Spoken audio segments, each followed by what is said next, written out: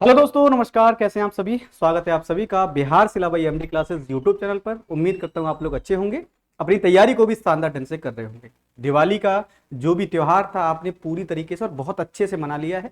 अब स्टार्ट कर लेते हैं भाई आज से अपनी शानदार सी क्लासेस को। रेगुलर बेसिस पर 12 बजे मेरी क्लास होती है। उसी क्लासेस में आपको जैसे कि आपको पहले आपने पढ़ा है उसी तरीके से शानदार से जीके जैसे क्वेश्चंस को आज से हम स्टार्ट करते हैं भाई, है ना। चलिए, सबसे पहले तो आपको पता होगा कि अगर आपने अभी तक कार्यालय बैच को परचेस नहीं किया है भाई, तो बहुत ही शानदार सा और जबरदस्त सा बैच है ये आपके ऑफिस अटेंडेंट के लिए है ना। ये ऑफिस अटेंडेंट के लिए है। इसकी फीस जो है वो मात्र 599 रुपए है और बहुत से विद्यार्थियों ने इस विशेष ऑफर का लाभ उठाया है ना। दिवाली के बीच में जो आपको ऑफर मिला हुआ था उसमें ये बैच मात्र 299 का था। आपने बहुत से लोगों ने उसको प्यार दिखाया, लेकिन अभी दोबारा से इसके प्राइस वही है जो पहले से थे, है ना। चलिए भाई, इसके बाद आपका मगध बैच जो कि CGL4 के लिए है, इसके फीस इसका प्राइस भी मात्र अब 599 हो गया है। इन दोनों को आप लोग हमारे एप्लीकेशन एमडी क्लासेस ऑफिशियल से परचेस कर सकते हैं। आप लोग ध्यान रखिएगा, आपको बिहार सलाह कैटेगरी जरूर सेलेक्ट करनी है। बिहार सलाह कैटेगरी सेलेक्ट करने के बाद आप पेड कोर्स में जाएंगे और वहां से आप लोग इस बैच को परचेस कर लेंगे भाई। चलिए स्टार्ट करते हैं। पहला प्रश्न आपके सामने, जवाब दीजिएगा। राइट आंसर क्या हो जाएगा भाई? आपको पता होगा कि शुरुआत के जो 15 क्वेश्चन होते हैं वो हमारे सुपरफास्ट रिवीजन के लिए होते हैं। शुरुआत के 15 क्वेश्चंस को हम सुपरफास्ट रिवीजन करते हैं, उसके बाद नई क्लास स्टार्ट करते हैं।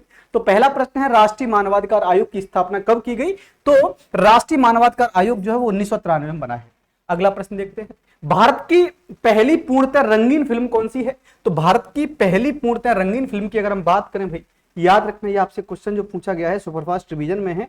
पहली पूर्णतः रंगीन फिल्म की बात करें तो ये झांसी की रानी हो जाती है भाई। झांसी की रानी ये पहली पूर्णतः कैसी फिल्म है? तो पहली पूर्णतः रंगीन फिल्म आपको देखने को मिल रही है।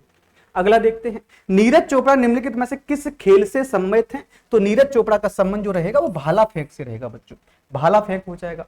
निम्नलिखित में से कौन सा देश संयुक्त राष्ट्र महासंघ का स्थायी सदस्य नहीं है? तो यहां पर जर्मनी जो है अभी स्थायी सदस्य की कैटेगरी में इसको नहीं रखा गया है। चलिए भाई, राष्ट्रीय खेल दिवस कब मनाते हैं? तो प्रतिवर्ष 29 अगस्त को राष्ट्रीय खेल दिवस मनाया जाता है। चलो अगला देख लेते हैं, किस राज्य के साथ बिहार की गंडक परियोजना में साझेदारी है? तो बिहार की जो गंडक परियोजना है वो उत्तर प्रदेश के साथ है। और आपको बता दूं इस परियोजना का लाभ जो है वो आपका नेपाल जो आपके पड़ोसी में है, नेपाल भी इसका फायदा उठाता है। पिछली जब क्लास आपकी हुई थी तो मैंने आपको उसमें सब बताया भी था। चलिए अगला देख लेते हैं, बिहार की द्वितीय राजभाषा कौन सी है? तो 1984 में उर्दू को दूसरी राजभाषा के रूप में दर्जा दे दिया गया है। चलिए भाई, किस वर्ष में बिहार औद्योगिक विकास प्राधिकरण अधिनियम स्थापित किया गया था? तो ये क्वेश्चन आपको बताना है, कमेंट कर दो जरा। 8 का आंसर क्या हो जाएगा भाई? आपको इस क्वेश्चन का जवाब देना है कि 8 का आंसर क्या रहेगा। तो 8 का आंसर आप बोलेंगे सर ये 1974 हो जाएगा। 1974 will be the correct answer. अगला देखते हैं, एशिया का सबसे पुराना स्टॉक एक्सचेंज कौन सा है? तो एशिया का पूछा गया है। ये मुंबई स्टॉक एक्सचेंज जो है ये एशिया के सबसे पुराने स्टॉक एक्सचेंज में से है, जिसको हम बॉम्बे स्टॉक एक्सचेंज बोलते हैं। आपको समझाया था मैंने, सब कुछ बताया भी है। तो बॉम्बे स्टॉक एक्सचेंज जो है ये एशिया का सबसे बड़ा है। भारत में मिड डे मील जो योजना है वो कब प्रारंभ हुई है भाई? मिड डे मील स्कीम की शुरुआत भारत में कब से होती है? तो 15 अगस्त 1995 है, 2 अक्टूबर 1993, 2 अक्टूबर 1995 या 15 अगस्त 1993। जवाब दीजिएगा भाई, 10 का जवाब क्या हो जाएगा आपका? 10वें प्रश्न का आंसर आपको बताना है कमेंट करके। इस क्वेश्चन का सही जवाब क्या रहेगा भाई साहब? कमेंट कर दो जरा, सही आंसर क्या होगा 10 का? तो आप कहेंगे सर ये 15 अगस्त 1995 को प्रारंभ की गई है मिड डे मील स्कीम। चलिए, बिहार के निम्नलिखित राजमार्गों में से कौन सा देश का सबसे बड़ा है? तो सबसे बड़ा राजमार्ग आपसे पूछने, बिहार का सबसे बड़ा पूछा गया है कि ऐसा कौन सा हाईवे है जो बिहार का सबसे बड़ा हाईवे है? तो NH20 है, NH31 है, NH120 है, NH22 है। तो 11 का आंसर भी आपको कर देना भाई। 11 का आंसर भी आप लोग कर दीजिएगा कि 11 का आंसर आपका क्या रहेगा भाई? 11 का आंसर आपका क्या रहेगा? तो आप कहेंगे सर ये आपसे पूछा गया है कि सबसे बड़ा कौन सा हो जाएगा? तो 11 का जो अब आपका जवाब है ना वो हो जाएगा NH31 रहेगा। निम्नलिखित में से कौन डायरेक्ट टैक्स है? प्रत्यक्ष कर कौन सा है? तो आयकर होता है भाई। इनकम टैक्स कैसा है? डायरेक्ट टैक्स हो जाएगा। अगला देख लीजिएगा, किस देश ने सर्वप्रथम बिटकॉइन को कानूनी मुद्रा के रूप में स्वीकार कर लिया है? तो यूएसए के अंदर एक देश है अल सल्वाडोर, है ना, जिसकी कैपिटल है सन सल्वाडोर। तो ये उत्तरी अमेरिका में पड़ता है। निम्नलिखित में से कौन सी नदी अरावली पर्वतमाला से निकलती है? तो अरावली पर्वतमाला से अगर बात कर ले तो इसमें से लूनी नदी जो है वो अरावली पर्वतमाला से ही निकलती है। तो 14 का आंसर सी होगा। 900 किलोमीटर का चारधाम हाईवे प्रोजेक्ट किस राज्य में निर्माणाधीन है? कौन सा भाई? तो 900 किलोमीटर का चार धाम यात्रा है, वो किस राज्य में है? चार धाम की यात्रा को लेकर क्वेश्चन बनेगा तो आप लोग बिना सोचे आंसर देंगे सर ये तो उत्तराखंड के अंदर ही हो जाएगा। तो ऐसे क्वेश्चन के आंसर आपको शानदार तरीके से करते चलने हैं। तो ये क्वेश्चन आपके वो हो गए जो हमने इससे पहले की जो क्लास आपकी हुई थी उस क्लास में हमने शानदार से कर लिए थे। अब हम बात करते हैं आज से। अब बात करते हैं भाई आज के क्वेश्चन कौन से रहने वाले हैं। इन क्वेश्चन के आपको शानदार तरीके से आंसर देने हैं। पहला प्रश्न देखो, जापान की मुद्रा क्या है भाई? जापान की मुद्रा को क्या कहा जाता है? कमेंट करके जरा बता दो भाई। तो आप बोलेंगे सर ये जो लीरा है ना, लीरा तो किसकी मुद्रा है? तो लीरा जो हो जाएगी वो तुर्की की मुद्रा लीरा हो जाएगी भाई, तुर्की की मुद्रा लीरा है। डॉलर की बात करें, ऑस्ट्रेलिया है, यूएसए है, कनाडा है ना। ऑस्ट्रेलिया की मुद्रा भी डॉलर है, ऑस्ट्रेलिया हो जाएगा है ना, यूएसए हो जाएगा, कनाडा हो जाएगा, ये आपकी इसकी मुद्रा हो जाएगी। अगर हम पाउंड की बात करें तो पाउंड कहाँ की है? तो यूके की मुद्रा जो है वो पाउंड है। बाकी बचा आपका येन, येन मुद्रा कहाँ की हो जाएगी भाई? जापान की मुद्रा को येन कहा जाता है। ठीक है बच्चों, जापान की जो मुद्रा है उसको येन कहा जाता है। हमें इस बात को बेहतर तरीके से याद रख लेना है। भारत में ब्रॉड गेज में दो रेल पटरियों के बीच मानक दूरी रखी जाती है। कितनी भाई? दो। जो आपकी ब्रॉड गेज की होती है ना, जो आपकी ब्रॉड गेज की जो रोड होती है या ब्रॉड गेज के जो हाईवे होते हैं या मतलब जो रेल लाइन होती है ना, जो रेल लाइन है ब्रॉड गेज की, जो रेल लाइन भाई ब्रॉड गेज की होती है, उनके बीच की दो पटरियों के बीच की जो दूरी है वो कितनी होती है? तो 1.676 मीटर होती है। तो 1.676 मीटर जो है वो ब्रॉड गेज की जो पटरियां हैं उनके बीच की दूरी आपकी मानी जाती है। और ये दूसरे का राइट आंसर आपको क्या करना था भाई? सी कर देना है। चलिए भाई अगला देखिए, 2011 की जनगणना के अनुसार बिहार के किस जिले में पुरुषों से महिलाओं की संख्या ज्यादा है? बिहार का ऐसा कौन सा जिला है जहां पर पुरुषों की संख्या कम है, महिलाओं की संख्या ज्यादा है? तो आप लोग पहले तो यहां पर देखेंगे, अगर हम पहले भारत को देखें, समझिए आप लोग, अगर हम यहां पहले भारत को देखें मेरे भाई, तो भारत के अंदर आप देखोगे कि सर साक्षरता भारत की कितनी है? भारत की साक्षरता कितनी हो जाएगी? तो साक्षरता है 74.04%। लेकिन अगर हम लिंगानुपात यहां पर देखें तो लिंगानुपात जो हो जाएगा ना भारत का कितना है? वो 943 है, 943 है। वहीं हम बिहार की बात कर लें भाई, स्पेशली बिहार की, तो बिहार का जो लिंगानुपात है वो कितना है? कमेंट करके जरा बता दो भाई। तो बिहार का जो लिंगानुपात हो जाएगा ना वो बिहार का है 918। बिहार का लिंगानुपात 918 है। इनमें से जो गोपालगंज है ना, गोपालगंज के अंदर आप लोग देख पा रहे होगे भाई, यहां का लिंगानुपात सबसे ज्यादा है। तो सर्वाधिक लिंगानुपात वाला जिला कौन सा है? तो सर्वाधिक लिंगानुपात बिहार में, सर्वाधिक लिंगानुपात जो रहेगा वो बिहार में किसका है? और सबसे कम किसका है? सबसे कम लिंगानुपात किसका रहेगा? सबसे कमेंट करके आप लोग बताएंगे। सबसे ज्यादा लिंगानुपात किसका है? गोपालगंज का है 1021। तो गोपालगंज का हो जाएगा कितना है? तो 1021 जो महिलाएं हैं पुरुषों पर, इतनी महिलाएं 1000 पुरुषों पर 1021 महिलाएं हैं। सबसे कम की बात कर लें भाई तो सबसे कम मुंगेर में है। मुंगेर का लिंगानुपात सबसे कम हो जाएगा, वो कितना है? तो 876 है। 876 महिलाएं हैं 1000 पुरुषों पर। तो सबसे कम मुंगेर में और सबसे ज्यादा जो हो जाएगा भाई गोपालगंज के अंदर ये देखने को मिल रहा होगा। ठीक है, चलिए देखिए, अशोक चक्र शौर्य पुरस्कार वर्ष ... में स्थापित किया गया है। अशोक चक्र शौर्य पुरस्कार ये किस वर्ष में स्थापित किया गया? तो 1952, 1952 भैया लिख लीजिएगा। अशोक चक्र शौर्य पुरस्कार की शुरुआत कब से हो रही है? तो 1952 से इसकी शुरुआत हुई थी। ये अशोक चक्र पुरस्कार किसे दिया जाता है? तो ये एक वीरता पुरस्कार माना जाता है भाई, ये वीरता पुरस्कार है ना। अशोक चक्र क्या है? तो अशोक चक्र वीरता पुरस्कार है और ये सेना में सेवा के लिए प्रदान किया जाता है भाई, समझ रहे हैं आप लोग? सेना में सेवा के लिए प्रदान किया जाता है। लेकिन आपसे पूछे कि सर्वोच्च वीरता पुरस्कार कौन सा है? सर्वोच्च वीरता पुरस्कार की बात कर लें तो ये परमवीर चक्र हो जाएगा भाई, परमवीर चक्र। सर्वोच्च वीरता पुरस्कार परमवीर चक्र है ना। परमवीर चक्र जो है वो सर्वोच्च वीरता पुरस्कार माना जाता है। तो आप लोग 4 का आंसर क्या करेंगे भाई? 4 का आंसर आपको सी कर देना है। कांगड़ा लघु चित्रकला किस राज्य में बनाई जाती है? जो कांगड़ा लघु चित्रकला है वो किस राज्य की है? ये असम की है भाई। ये असम के अलावा ये हिमाचल प्रदेश की है, अरुणाचल प्रदेश की है, या ये गुजरात की है? कांगड़ा लघु चित्रकला, कांगड़ा लघु चित्रकला कहां की हो जाएगी? कांगड़ा पूछी गई आपसे भाई, कांगड़ा लघु चित्रकला कहां की है? तो आप कहेंगे सर ये हिमाचल प्रदेश की चित्रकला शैली है। हिमाचल प्रदेश की चित्रकला शैली कौन सी हो जाएगी? तो कांगड़ा ही आपको यहां पर देखने को मिल रही होगी। इस बात को ध्यान रखना कि अगर हम बात करें कि चित्रकारी के सबसे प्राचीन प्रमाण कहां से मिलते हैं? चित्रकारी के सबसे प्राचीन प्रमाण सबसे प्राचीन प्रमाण हमें कहां से मिले हैं, तो आप बोलेंगे सर ये भीमबेटका से मिले हैं।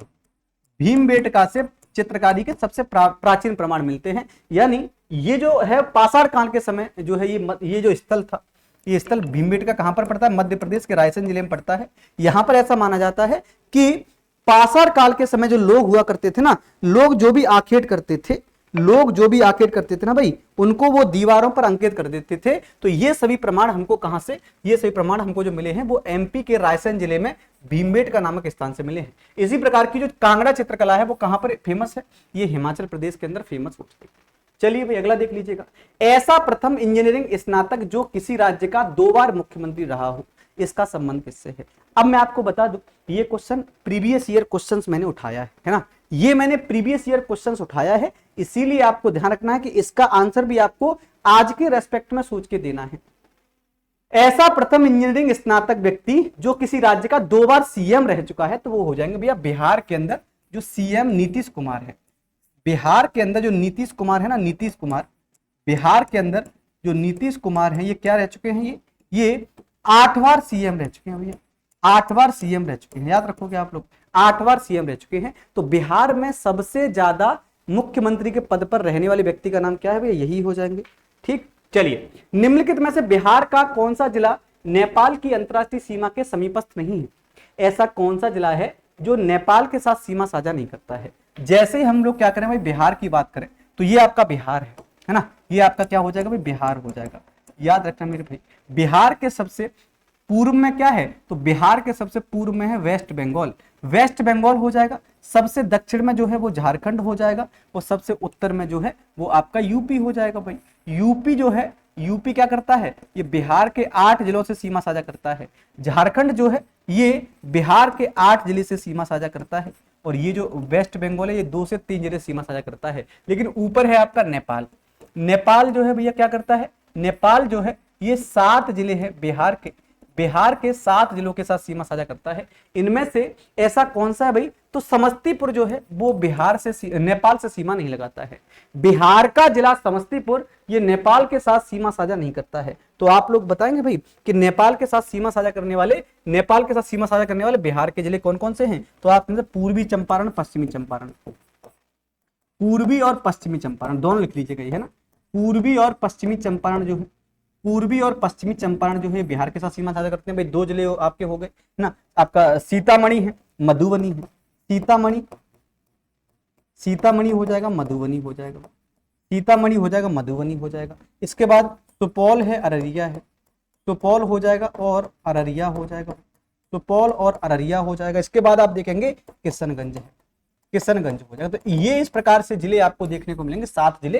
ये 7 जिले किसके साथ सीमा साझा करते हैं भाई, ये नेपाल के साथ सीमा साझा करते हैं। याद रखना पड़ेगा आपको इन क्वेश्चन को भाई। ठीक, चलिए देखिए भाई अगला प्रश्न, निम्नलिखित जिलों में से कौन सा उत्तरी पश्चिमी जलोढ़ दोमट मैदानों का भाग नहीं है। इनमें से ऐसा कौन सा जिला है जो उत्तर पश्चिमी जलोढ़ दोमट मैदानों का भाग नहीं है, तो पूर्णिया, मुजफ्फरपुर, बेगूसराय, समस्तीपुर। 8 का जवाब कर दीजिए भाई आप लोग, क्या रहेगा, तो ये पूर्णिया हो जाएगा भाई, पूर्णिया जिला।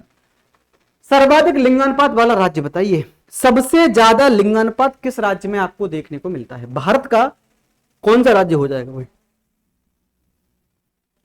देखो पहले तो आपको यह जानना है कि भारत में कहां पर लिंगानुपात, भारत का लिंगानुपात कितना है, 943। इसके बाद 943 तो भारत का है, और केरल का लिंगानुपात भारत से तो कई ज्यादा है भाई, है ना, भारत से तो कई ज्यादा है, क्योंकि केरल का लिंगानुपात जो दे रखा है वो 1084 है। 1084 महिलाएं जो है वो 1000 पुरुषों पर है। 1084 महिलाएं जो हो जाएंगी वो 1000 पुरुषों पर आपको देखने को मिल रही होंगी। याद रखोगे आप लोग। केरल की बात करें भाई, ये सर्वाधिक साक्षरता भी यही आपकी देखी जाती है, सर्वाधिक साक्षरता वाला राज्य भी यही हो जाएगा भाई, सर्वाधिक साक्षरता वाला राज्य भी यही हो जाएगा, जिसकी साक्षरता कितनी है, तो आप कहेंगे लगभग 94% से एबव है, 94% से ज्यादा है। भारत की साक्षरता की बात करें तो 74.04% है, वहीं आपको केरल की 94% से ज्यादा साक्षरता देखने को मिल रही होगी। इस प्रकार से आप साक्षरता देख सकते हैं। चलिए अगला देखते हैं। 2011 की जनगणना के आधार पर बिहार भारत का सबसे अधिक आबादी वाला राज्य है। यानी अगर हम टोटल ओवरऑल बात करें तो अगर जो 2011 की जनगणना आपकी हुई उसमें बिहार कौन से स्थान पर आता है भाई, उसमें जो आपका बिहार है वो कौन से स्थान पर आता है? तो बिहार आता है तीसरे स्थान पर, क्योंकि सबसे ज्यादा आबादी यूपी की है, उसके बाद महाराष्ट्र की है। यूपी और महाराष्ट्र के बाद आपका जो तीसरा जिला आता है वो आपका कौन सा हो जाएगा भाई? यूपी महाराष्ट्र के बाद जो थर्ड जिला होगा वो आपका बिहार ही हो जाएगा। बिहार जो है वो थर्ड जिला है जहां पर सबसे ज्यादा आपको क्या देखने को मिल जाती है मेरे भाई? सबसे ज्यादा आपको आबादी देखने को मिल रही होगी। चलिए अगला देख लीजिएगा, रिजर्व बैंक ऑफ इंडिया के पहले गवर्नर का नाम बताइए। आरबीआई के पहले गवर्नर कौन थे? बताओ जल्दी से कमेंट करके भाई। जब तक हम कुछ, अगर मैं आरबीआई की बात करूं तो आरबीआई की स्थापना जो है, आरबीआई की स्थापना कब होती है बताइए? तो आरबीआई की स्थापना होती है 1935 में। इसका हेडक्वार्टर कहां पर है? तो हेडक्वार्टर वर्तमान में इसका मुंबई में होता है ना। याद रखिएगा 1937 से पहले की पूछे आपसे कि 1937 से पहले इसका हेडक्वार्टर कहां पर था? तो वो कोलकाता में हो जाएगा, कोलकाता में हो जाएगा। इसका आरबीआई का राष्ट्रीयकरण कब किया गया? तो राष्ट्रीयकरण जो है, राष्ट्रीयकरण हुआ है 1949 में। इसको बैंकों का बैंक या भारत का सेंट्रल बैंक बोलते हैं, और इसके पहले जो हो जाएंगे वो सीडी देशमुख हो जाएंगे। आरबीआई के पहले गवर्नर जो हैं वो सीडी देशमुख आपको देखने को मिलते हैं। तो 11 का राइट आंसर आपको क्या करना है भैया? तो 11 का राइट आंसर हो जाएगा ए, सीडी देशमुख भारत के पहले आरबीआई के गवर्नर हैं, याद रखना मेरे भाई। ठीक है, चलिए फिर अगला देखते हैं। 7वीं पंचवर्षीय योजना के अंतर्गत अपनाई गई विकास व्यूह रचना क्या है? कौन सी योजना में? तो 7वीं पंचवर्षीय योजना जो हुई आपकी, इसमें पहली जो व्यूह रचना थी वो क्या है भाई? ये सेवा क्षेत्र विकास उन्मुख समृद्धि हुई, कृषिगत विकास उन्मुख समृद्धि हुई, औद्योगिक विकास उन्मुख समृद्धि हुई, या ये सभी? तो 12 का राइट आंसर आप करेंगे कि कृषिगत विकास उन्मुख समृद्धि हमें देखने को मिलती है। यानी 7वीं पंचवर्षीय योजना में हमारी जो डिपेंडेंसी रही वो रही कृषि उत्पादों पर, कि कृषि जो है उसको बढ़ाया जाए, कृषि में जो है अभूतपूर्व वृद्धि करी जाए, जिससे कि जो भी रॉ मटेरियल पैदा होता है, जिससे कि और भी वस्तुएं बनती हैं, वो सही रूप से उनका उत्पादन किया जा सके। चलिए भाई अगला देख लीजिएगा, सरकार द्वारा लगाई गई रुकावटों पर रुकावटों व प्रतिबंधों को हटाना क्या कहलाता है? सरकार द्वारा लगाई गई रुकावटों व प्रतिबंधों को हटाना क्या कहलाता है? तो इसको हम बोलते हैं भाई वैश्वीकरण, निजीकरण, संरक्षण या उदारीकरण। इनको क्या कहा जाता है? तो आप बोल सर इनको उदारीकरण कहा जाता है। यानी उदारीकरण का मतलब क्या होता है भाई? हम क्या बने? हम लिबराइजेशन हमने कब अपनाया है? तो 1991 में हमने क्या किया भाई? हम जो है एलपीजी लेकर आए भारत में। 1991 में हम भारत में एलपीजी लेकर आए। एलपीजी का मतलब यहाँ पर एलपीजी गैस नहीं है, एल का मतलब लिबराइजेशन, पी का मतलब प्राइवेटाइजेशन और ग्लोबलाइजेशन। मतलब हमने अपनी इकोनॉमी को ओपन इकोनॉमी कर दिया। 1991 से पहले हमारी अपनी एक अलग स्ट्रेटजी रहा करती थी भाई। हमारा उद्देश्य ये था कि हम जो है जो भी चीजें उत्पादित करेंगे वो अपने भारत में ही बेचेंगे, और दूसरे देश के साथ जो है अपने मार्केट को हम साझा नहीं करेंगे। मतलब कि दूसरा कोई भी देश है वो अपना प्रोडक्ट भारत में नहीं बेच पाएगा।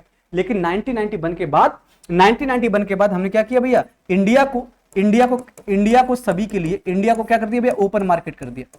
ओपन मार्केट का मतलब क्या होता है कि भारत से बाहर का कोई भी देश जो है वो भारत के साथ व्यापार कर सकता है और भारत में आकर के अपने उत्पादों को बेच सकता है। भाई सामान्य सी बात है, मान लो कोई भी व्यक्ति भारत में आकर के अपना उत्पाद बेचेगा तो वो टैक्स देगा, सर्विस ड्यूटी देगा, उससे भारत की आय में वृद्धि होगी, उसमें दिक्कत ही क्या है? ठीक है भाई, चलिए देखो अगला प्रश्न। भारत का पहला परमाणु संयंत्र कहां पर स्थापित किया गया? भारत का जो पहला परमाणु संयंत्र है कहां पर स्थापित किया गया? तो ये तारापुर महाराष्ट्र के अंदर 1969 में स्थापित किया गया था। 1969 में तारापुर महाराष्ट्र के अंदर पहला परमाणु ऊर्जा संयंत्र स्थापित किया गया है। तो ये तो आपने याद रख लिया। अब आपसे पूछ सकता है भाई कौन कौन से परमाणु ऊर्जा संयंत्र कहां कहां पर हैं? तो नरोरा बताइए भाई, नरोरा कहां पर हो जाएगा? नरोरा के बाद आपसे पूछता है कि काकरापार कहां पर हो जाएगा? भाई काकरापार के बाद आपसे पूछेगा कि केगा कहां पर है? केगा कहां पर हो जाएगा? रावत भाटा कहां पर है? रावत भाटा के अलावा ये तारापुर महाराष्ट्र वाला तारापुर, कलपक्कम और कुडनकुलम। कलपक्कम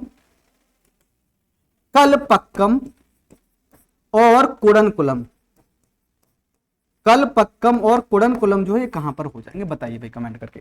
तो ये जो नरोरा है ये आपको सबको पता है कि नरोरा जो है ये कहां पर है भैया? तो नरोरा जो हो जाएगा ये यूपी के अंदर बुलंदशहर में है। काकरापार गुजरात के अंदर हो जाएगा, केगा कर्नाटक में हो जाएगा, रावत भाटा राजस्थान में हो जाएगा, तारापुर तो महाराष्ट्र में है ही है, और ये दोनों जो है वो तमिलनाडु में आपको देखने को मिल रहे होंगे।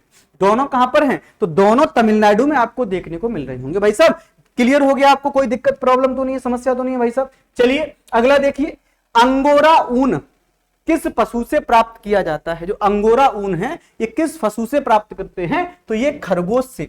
अंगोरा ऊन हमेशा खरगोश से प्राप्त होता है। तो खरगोश से प्राप्त होने वाले ऊन को अंगोरा ऊन कहा जाता है। टेहरी बांध किस राज्य में है? बहुत सरल है, शानदार क्वेश्चन है।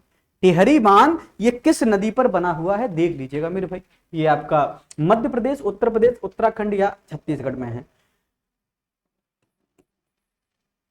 उत्तराखंड के अंदर ये जो है ना, उत्तराखंड के अंदर जो टेहरी जिला है ना, टेहरी जिला है, उत्तराखंड का जो टेहरी जिला है यहीं पर भागीरथी नदी पर है।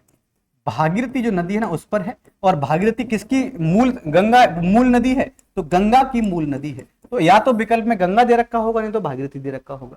तो भागीरथी नदी पर ही बना हुआ है टेहरी बांध। गंगा नदी पूछ ले या भागीरथी पूछ ले, दोनों का आप लोग को याद रखना है। ठीक है मेरे भाई, तो ये आपको याद रखना पड़ेगा, परीक्षा के लिहाज से जरूरी है, इंपॉर्टेंट है। कौन सी पर्वत श्रेणी भारतीय उपखंड की पश्चिमी सीमा बनाती है? ऐसी कौन सी पर्वत श्रेणी है, ऐसी कौन सी पर्वत श्रृंखला है जो भारतीय उपखंड की पश्चिमी सीमा को बनाती है? जैसे आप लोग यहां पर ये देख सकते हो, जैसे भाई ये भारत का उपखंड है, समझिए भाई ये बच्चों भारत का उपखंड हो जाएगा। देखो अब देखो यहां पर आपको देखने को मिलेगा, सर सबसे उत्तर में क्या है? सबसे उत्तर में हिमालय है, हिमालय है, ठीक है। पश्चिम में क्या है? तो पश्चिम में है भैया अराकान योमा, अराकान योमा हो जाएगा, है ना। इसके यहां पर क्या है? ये पूर्वी घाट हो जाएगा, पूर्वी घाट। यहां पर क्या है? ये पश्चिमी घाट हो जाएगा भाई, पश्चिमी घाट हो जाएगा। और ये दक्षिणी श्रृंखला में आते हैं, लेकिन पूछा है पश्चिम में, तो पश्चिमी सीमा बनाती है अरावली पर्वतमाला। तो अरावली, अब अरावली विकल्प में दे रखा है क्या? बिल्कुल दे रखा है सर जी, ये हो जाएगा। तो अरावली पर्वतमाला जो है ये भारत की पश्चिमी सीमा को बनाती है। अरावली पर्वतमाला भारत की पश्चिमी सीमा को बनाती है। अब पश्चिमी सीमा आपने आंसर कर दिया, थोड़ा अरावली के बारे में जान लीजिएगा भाई। अरावली विश्व की सबसे प्राचीन पर्वत श्रृंखला है, विश्व की सबसे प्राचीन, विश्व की सबसे प्राचीन पर्वत श्रृंखला कौन सी है? तो ये अरावली हो जाएगी। विश्व की सबसे प्राचीन पर्वत श्रृंखला अरावली हो जाएगी। ये मोस्टली इसका जो विस्तार है वो राजस्थान के अंदर ज्यादा है, लेकिन अगर आपसे राज्य पूछे तो राजस्थान हो जाएगा, गुजरात हो जाएगा, है ना। राजस्थान, गुजरात है, हरियाणा हो जाएगा, दिल्ली हो जाएगा, दिल्ली हो जाएगा। इनमें ये विस्तृत है भाई, इनमें ये फैली हुई है। सबसे ऊंची चोटी कौन सी अरावली की? तो अरावली की सबसे ऊंची चोटी गुरु शिखर है भाई। ऊंची चोटी कौन सी हो जाएगी? तो गुरु शिखर जो है अरावली की सबसे ऊंची चोटी है, 1722 मीटर की हाइट है, 1722 मीटर की हाइट हो जाएगी अरावली की। ठीक है, 1722 मीटर की हाइट किसकी है? तो अरावली पर्वतमाला की जो हाइट रहेगी 1722 रहेगी। भारत का सबसे उत्तरी बिंदु बताइए कौन सा है बच्चों?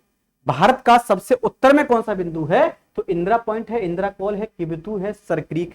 सबसे उत्तर में कौन सा बिंदु हो जाएगा बताओगे आप लोग? तो इंदिरा, देखो सरक्रीक की बात कर ले भैया, तो सरक्रीक कहां पर पड़ता है? ये गुजरात के अंदर पड़ता है सरक्रीक, है ना, गुजरात के अंदर। और सबसे पश्चिमी बिंदु हो जाएगा, सबसे पश्चिमी बिंदु है ये, सबसे पश्चिमी बिंदु यही हो जाएगा। अगर सरक्रीक विकल्प में नहीं दे रखा होगा ना, तो सरक्रीक के अलावा ये गुहार मोती दे रखा होगा, गुहार मोती या गौरा माता, गुहार मोती या गौरा माता दे रखा होगा, ये सबसे पश्चिमी बिंदु। किबुथु की बात करें तो किबुथु भारत का सबसे, किबुथु जो है ना ये भारत का सबसे पूर्वी बिंदु हो जाएगा। उत्तरी पूछा है, इंदिरा कॉल है, इंदिरा कॉल सबसे उत्तरी बिंदु है, और इंदिरा पॉइंट जो होगा सबसे ये दक्षिणी बिंदु हो जाएगा भाई। सबसे दक्षिणी बिंदु ये इंदिरा पॉइंट आपका देखने को मिल रहा होगा। इंदिरा पॉइंट कहां पर है? अंडमान निकोबार द्वीप समूह पर है ना। सरक्रीक गुजरात में है, किबुथु अरुणाचल प्रदेश में है, और इंदिरा कॉल जो है वो लद्दाख के अंदर पड़ता है ना। इंदिरा कॉल कहां पर है? ये लद्दाख के अंदर देखने को मिल रहा होगा। चलिए, निम्नलिखित में से कौन सा शहर 2 महाद्वीपों में फैला हुआ है? ऐसा कौन सा शहर है जो 2 महाद्वीपों में है? बताओगे आप लोग? काहिरा है, इस्तांबुल है, त्रिपोली है, आपका जेरूसलम है। कौन सा ऐसा देश है या कौन सी ऐसी प्रमुख शहर है जो 2 महाद्वीपों में है?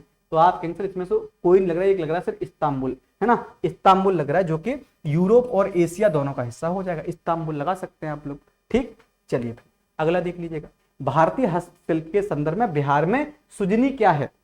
बिहार के अंदर जो सुजनी है वो क्या है? एक प्रकार का कांच का बर्तन है, एक धातु शिल्प है, एक प्रकार की कढ़ाई है, या एक प्रकार का मिट्टी का बर्तन है? तो आप कहेंगे सर जी क्या हो जाएगा? एक प्रकार की कढ़ाई है ये।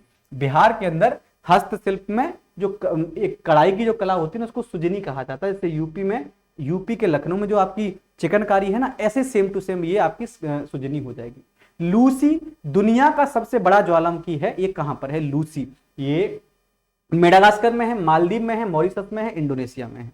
बताओगे भाई लूसी कहां पर हो जाएगा? तो लूसी की अगर हम बात करें तो आप कहेंगे सर ये इंडोनेशिया के अंदर है और दुनिया का सबसे बड़ा मड ज्वालामुखी है। दुनिया का सबसे बड़ा मड वोल्केनो हो जाएगा भाई, मड वोल्केनो है दुनिया का, है ना। विश्व का सबसे बड़ा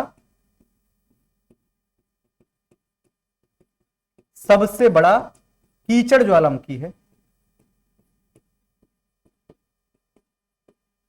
विश्व का सबसे बड़ा कीचड़ ज्वालामुखी यही है, इंडोनेशिया का।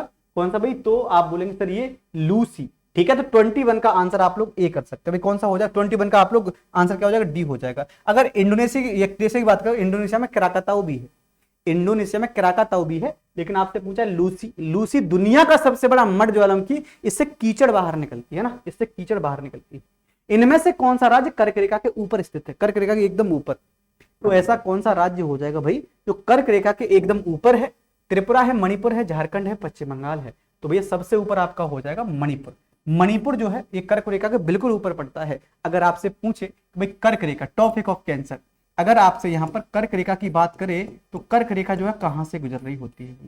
कर्क रेखा जो है कहां से गुजर रही होती है समझिए। ये 23.5 डिग्री नॉर्थ में जो अक्षांश रेखा है ना, 23.5 डिग्री नॉर्थ में जो अक्षांश रेखा है इसी को कर्क रेखा कहा जाता है।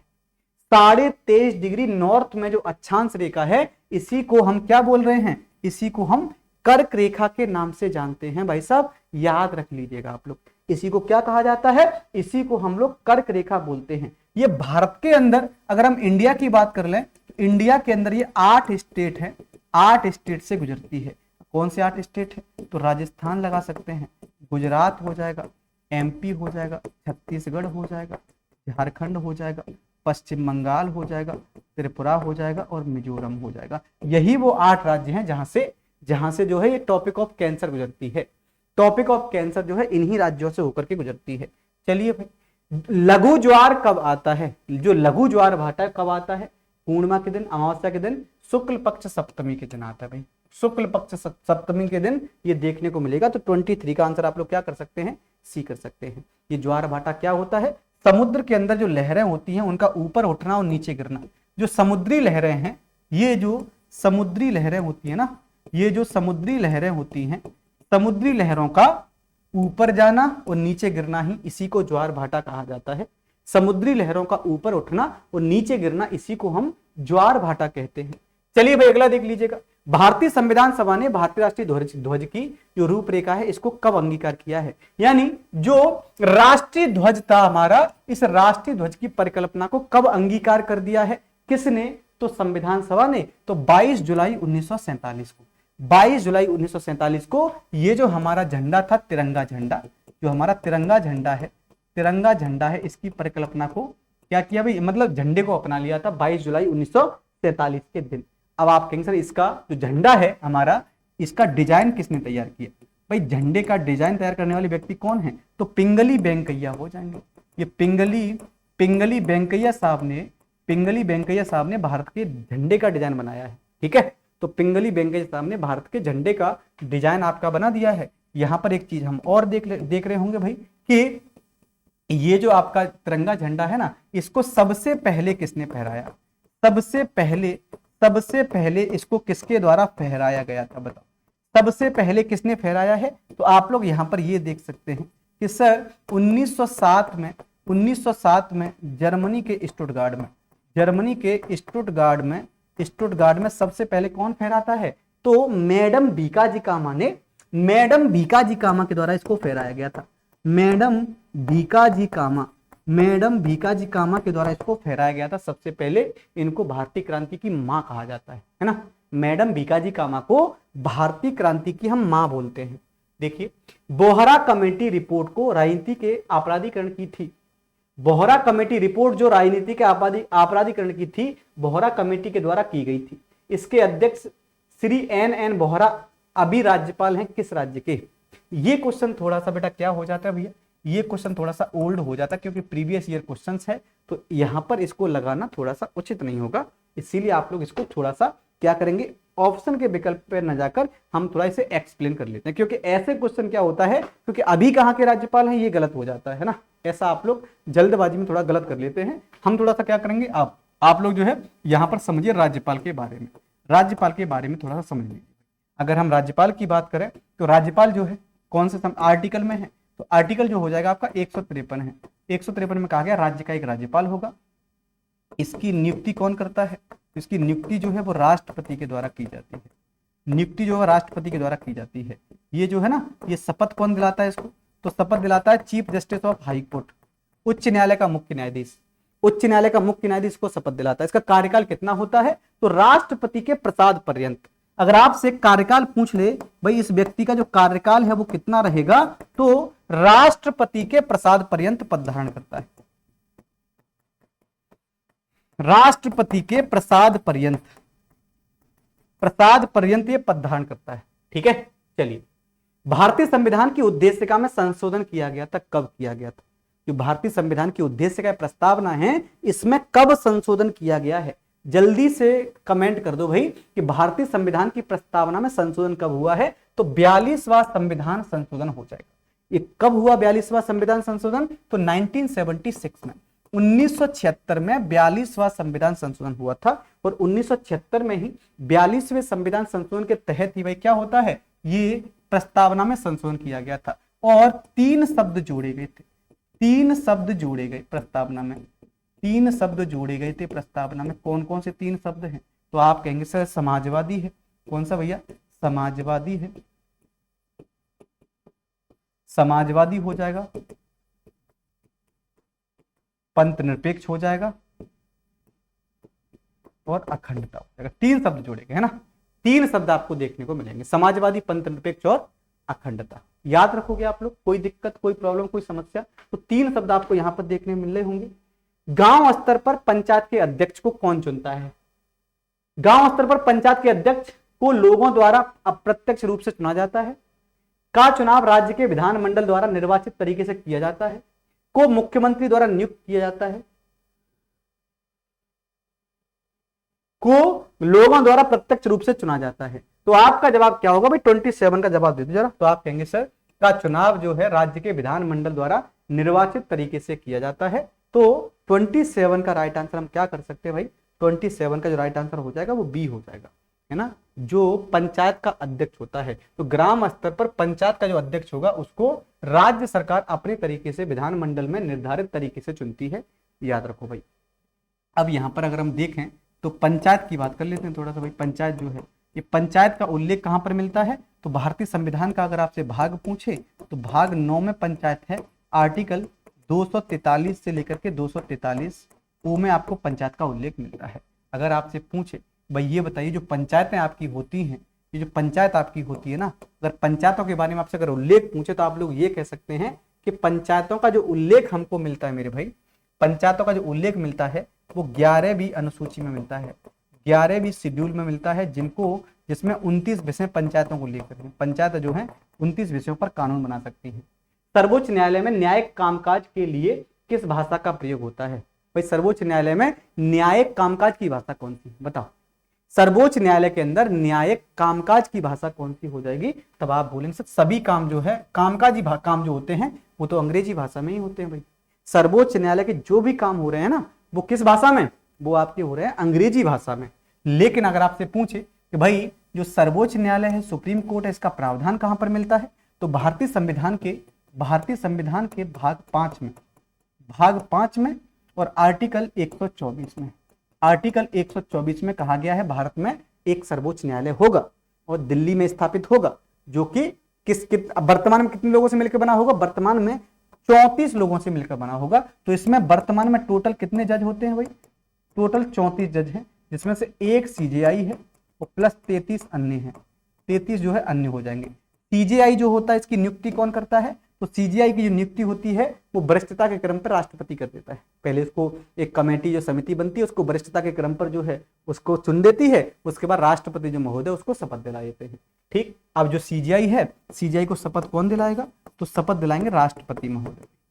राष्ट्रपति महोदय दिलाते हैं। इस व्यक्ति को महाभियोग की प्रक्रिया जैसे, महाभियोग शब्द का प्रयोग नहीं करते हैं, तो महाभियोग की जैसी प्रक्रिया द्वारा, महाभियोग की जो प्रक्रिया होती है ऐसी प्रक्रिया के द्वारा इस व्यक्ति को हटा सकते हैं। इसका वेतन जो है 2,80,000 रुपए होता है। उच्चतम न्यायालय के मुख्य न्यायाधीश को उसके पद से हटाया जाता है कैसे? उच्चतम न्यायालय का जो मुख्य न्यायाधीश होता है ना उसको पद से कैसे हटा सकते हैं? तो यहाँ पर लिखा हुआ है कि महाभियोग की प्रक्रिया की तरह। तो जैसी प्रक्रिया महाभियोग में होती है ना, ऐसी प्रक्रिया होती है, लेकिन सामान्य प्रक्रिया है। महाभियोग शब्द का प्रयोग उच्चतम न्यायालय के न्यायाधीश को हटाने के लिए नहीं कर सकते। समझे आप लोग? महाभियोग शब्द का प्रयोग सिर्फ और सिर्फ राष्ट्रपति महोदय के लिए ही किया जाता है। सिर्फ और सिर्फ राष्ट्रपति महोदय के लिए ही किया जाता है, याद रखना। ये जो महाभियोग शब्द है ना, हमने ये अमेरिका से लिया है और भारतीय संविधान के आर्टिकल 61 में इसको परिभाषित किया गया है। 61 में ये परिभाषित है,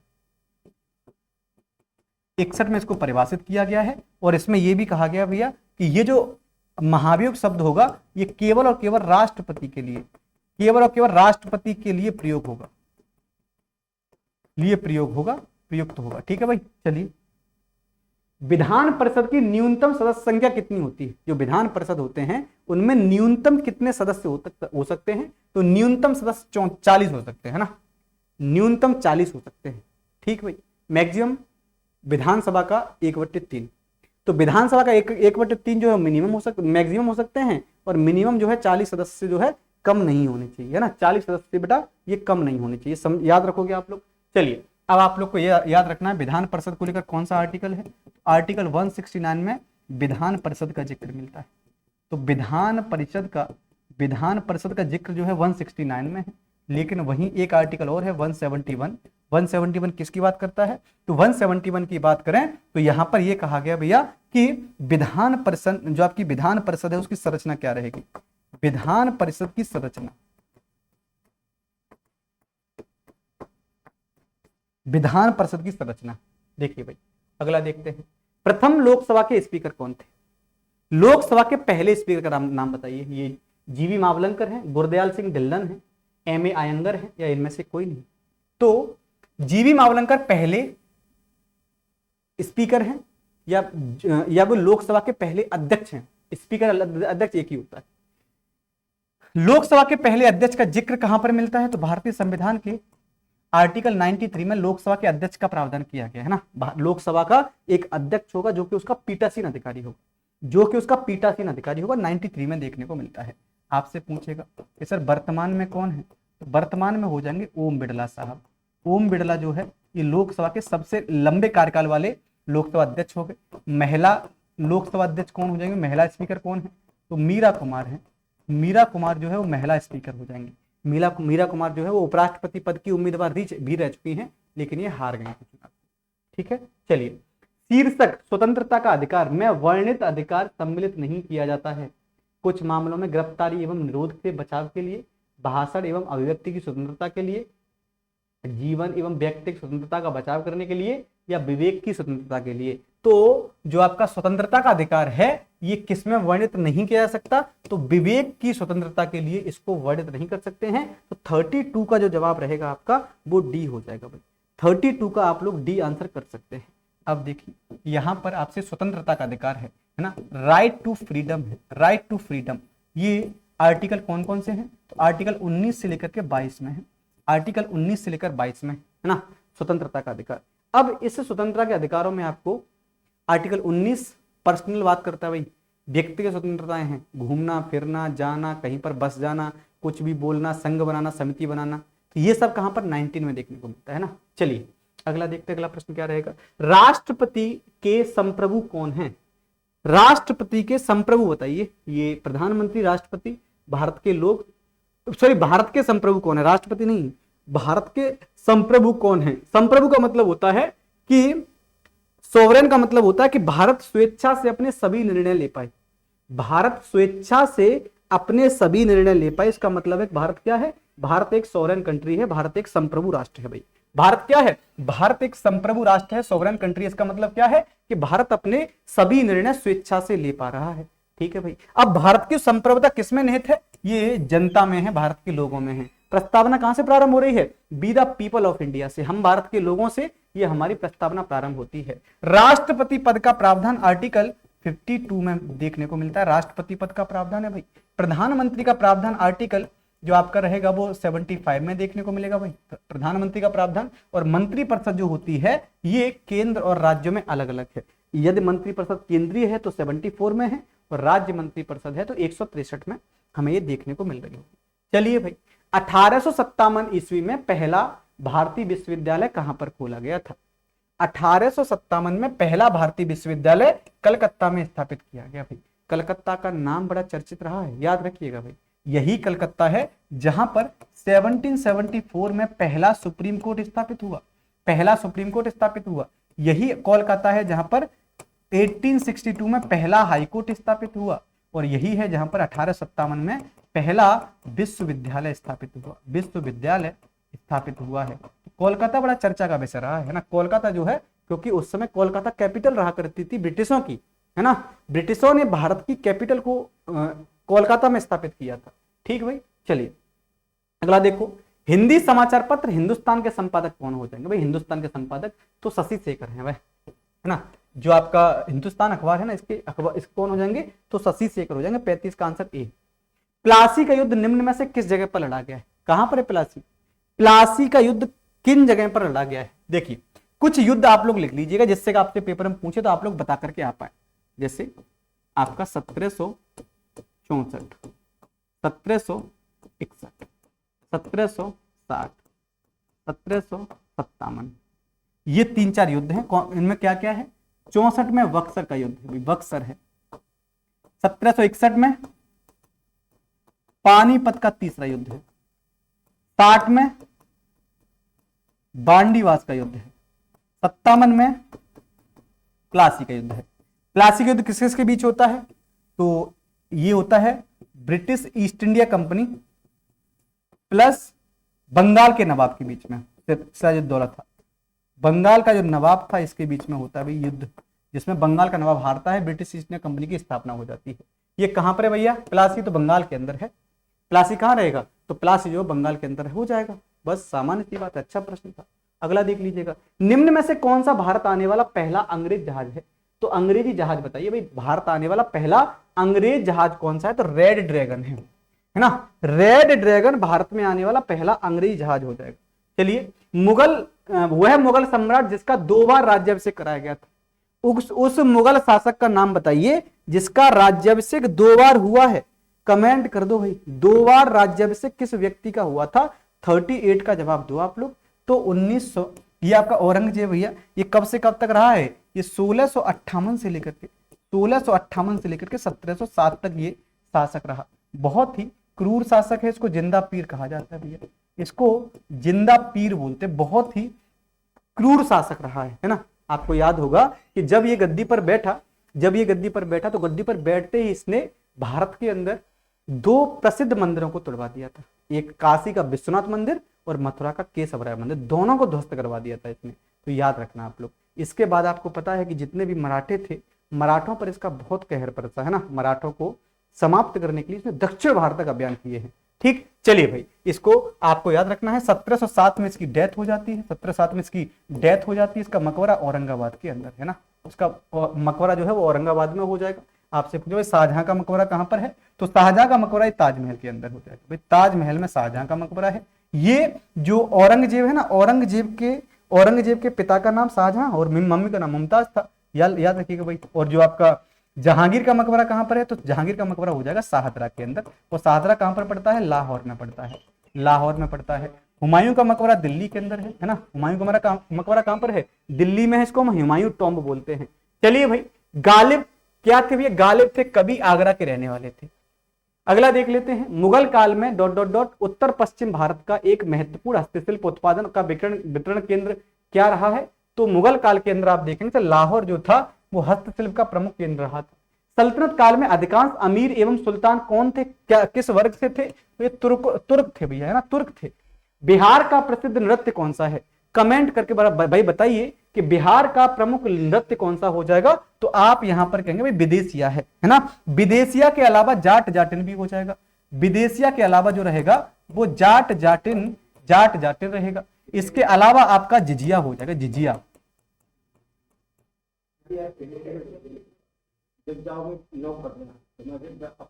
ठीक है, तो आपको याद रखना पड़ेगा भाई। ठीक है, चलिए गरबा कहां का है, तो गरबा जो है वो गुजरात का है। बिहू जो है ये असम का है, असम का बिहू हो जाएगा और गुजरात का गरबा हो जाएगा।